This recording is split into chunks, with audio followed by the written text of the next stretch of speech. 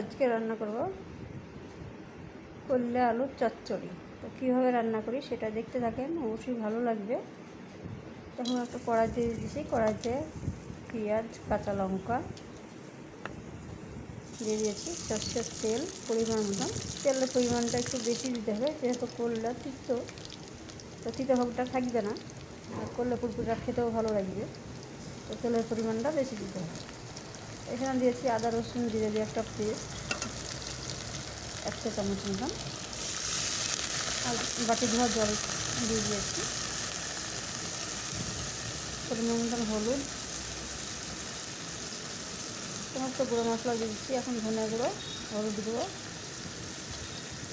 লবণ দিয়ে দিচ্ছি 1/2 চা চামচ। মশলাটা ভালো মতন কষিয়ে নিতে হবে যতক্ষণ তেল না ছাড়বে। তো আমার ভালো মতন মশলা থেকে তেল ছেড়ে দিয়েছে। এখন করলেটা ভালো মতন ধুয়ে পরিষ্কার করে একসাথে দিয়ে দিই।